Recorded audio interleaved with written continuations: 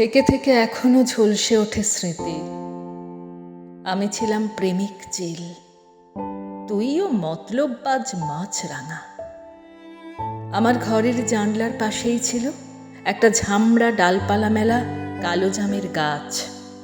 School ছুটি হলেই দজ্জালের মতো বিচ্ছু সঙ্গী সাথে নিয়ে হামলা চালাতিস জামতলায়। কুড়োনো জামের রসে তোর সারা ঠোঁট রাঙা, সাদা স্কুল ফ্রকের সঙ্গে অনবদ্য কন্ট্রাস্ট। আরও মনে আছে, স্রেফ বদমাইশি করে জামের বীজ ছুঁড়তিস আমার জানলা লক্ষ্য করে।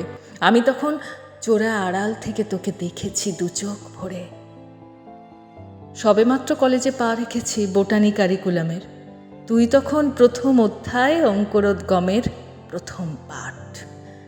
তোকে এক পলক দেখলেই মনে হতো আমি যুবরাজ। চারপাশের মাঠ ঘাট আকাশ পাহাড় সবই আমার রাজ্যপাট। আমার রিফু করা শার্টের বোতাম ছিলি তুই।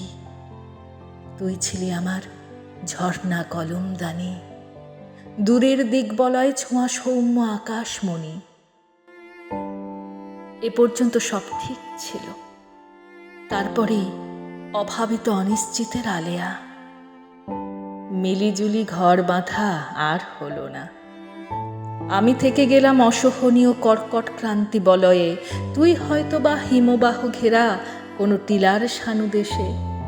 পিনকোড পাল্টে বার্তাহীন প্রহরে দুজনেরই দিন যাপন। এর মাঝে সময় সিঁড়ির অনেক ধাপ পেরিয়ে এলাম।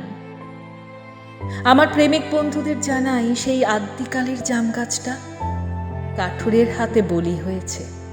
জানলাটাও বন্ধ রেখেছি সেই থেকে। সেখানে এখন নতুন লোকের নতুন বসত বাড়ি।